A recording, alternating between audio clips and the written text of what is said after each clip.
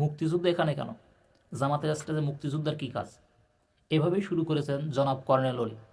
তিনি এখানে বোঝাতে চেয়েছেন যে ২০০১ সাল থেকে নিয়ে শুরু করে আজ পর্যন্ত বিএনপির সাথে তার অনেকগুলো বিষয় মনোমালিন্য হয়েছে। বিএনপির সিদ্ধান্ত তার পছন্দ হয়নি।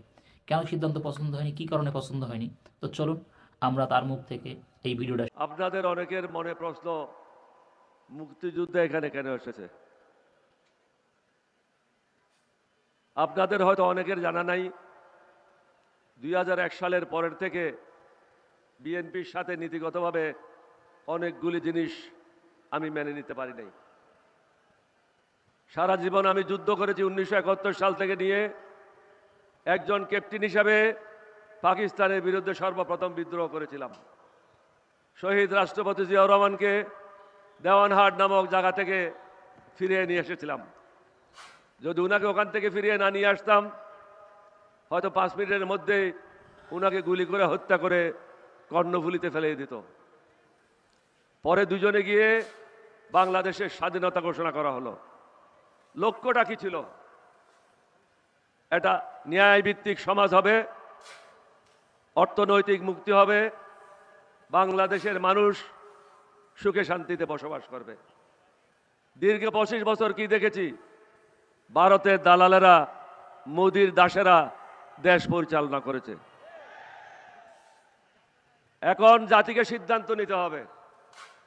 আমি ওই দিনও বলেছি, বিএনপিকেও আপনারা ক্ষমতা দেখেছেন, আওয়ামী লীগকেও ক্ষমতায় দেখেছেন, জামাতের দুজনকে ক্ষমতায় দেখেছেন। মুজাহিদ সাহেব এবং নিজামী সাহেব ২০০৮ সালে আমরা কয়েকজন ছাড়া, নিজামী সাহেব ছাড়া, আলী হাসান, মুজাহিদ ছাড়া বাকি সবাই দুর্নীতির দায়ে জেলে আবদ্ধ ছিল।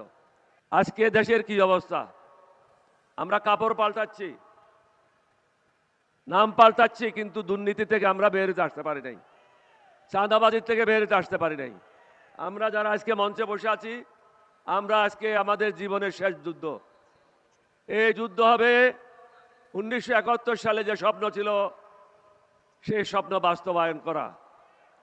ভারতের দাসত্ব মুক্ত বাংলাদেশ, চাঁদাবাজ মুক্ত বাংলাদেশ, দুর্নীতি মুক্ত বাংলাদেশ, যেখানে গরিব ধনীর মধ্যে বিচারের কোনো পার্থক্য থাকবে না। এখন একটা বড় লোক থানায় গেলে তাকে আদরের সম্বর্ধনা জানিয়ে ভিতরে নেওয়া হয়, গরিবকে বাইরে রাখা হয়, কারণ সমাজে ইনসাফ নাই। আমরা যারা এখানে আছি, আমরা ওয়াদাবদ্ধ। নতুন বাংলাদেশ আমরা আপনাদেরকে উপহার দিতে চাই। সমগ্র জাতিকে চিন্তা করতে হবে।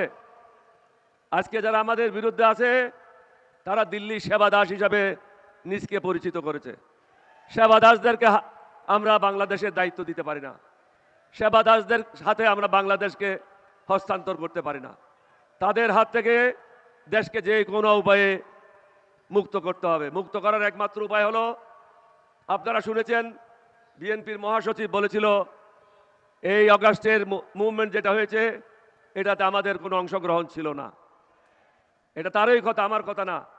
তাহলে বিএনপি এখন যে অবস্থায় আছে, এটা তারা চায় নাই, তারা হাসিনাকে চেয়েছিল। আর আপনারা 1400-র উপরে শহীদ হয়ে নতুন বাংলাদেশের স্বপ্ন দেখেছিলেন। সেই স্বপ্ন বাস্তবায়ন করার জন্য প্রয়োজন ইনসাফের সমাজ। তাই আমি সমগ্র জাতিকে একজন মুক্তিযোদ্ধা হিসেবে অনুরোধ করব, কিছুক্ষণ আগে জুলাই মুক্তিযুদ্ধ এখানে বক্তব্য রেখেছে, একটু চিন্তা করেন, নামাজে যান, সেজদায় যান, নিজের বিবেককে জিজ্ঞাসা করেন, আবেগে কাজ করবেন না। মার্কা দেখে ভোট না দিয়ে কারা দেশের জন্য মঙ্গল করবে আর কারা মুদির দালালি করবে, এটা চিহ্নিত করেন। দালালদেরকে ভোট দিলে হাসিনা যেভাবে আপনাদেরকে অত্যাচার করেছিল, অনুরূপভাবে অত্যাচারিত হবেন। কেউ আপনাদেরকে মুক্তি দিতে পারবে না। সমগ্র জাতিকে একটা জায়গায় এসে অবস্থান নিতে হবে। আজকে যে 11 দলীয় ঐক্য জোট গঠিত হয়েছে, 11 দলীয় ঐক্য জোটের প্রার্থীরা যে যেখানে আছে, তাদেরকে ভোট দিতে হবে। আশা করি জনাব কর্নেল অলি সাহেবের কথাগুলো সবাই শুনেছেন। উনি এখানে একটা কথাই বোঝাতে চেয়েছেন যে 1971 সালে যুদ্ধ করেছিলাম, যে আমরা যে উদ্দেশ্যে, যে চিন্তা ভাবনা করে, সেই উদ্দেশ্যটা আজও পর্যন্ত আমাদের বাস্তবায়ন হয়নি, যার কারণে 24-এর গণ অভ্যুত্থান করেছিল ছাত্র জনতা। তো তিনি এটাও বলেছেন যে ছাত্র জনতা যে উদ্দেশ্যে গণঅভ্যুত্থান ঘটিয়েছিল, বিএনপিরা সেই গণঅভ্যুত্থানটা মানে না। কারণ ফখরুল সাহেব তিনি কথা বলেছেন যে আমরা 24-এর গণঅভ্যুত্থানের সঙ্গে সরাসরি সম্পৃক্ততা ছিলাম না বা ঐক্যবদ্ধ ছিলাম না, এটাই তিনি বোঝাতে চেয়েছেন।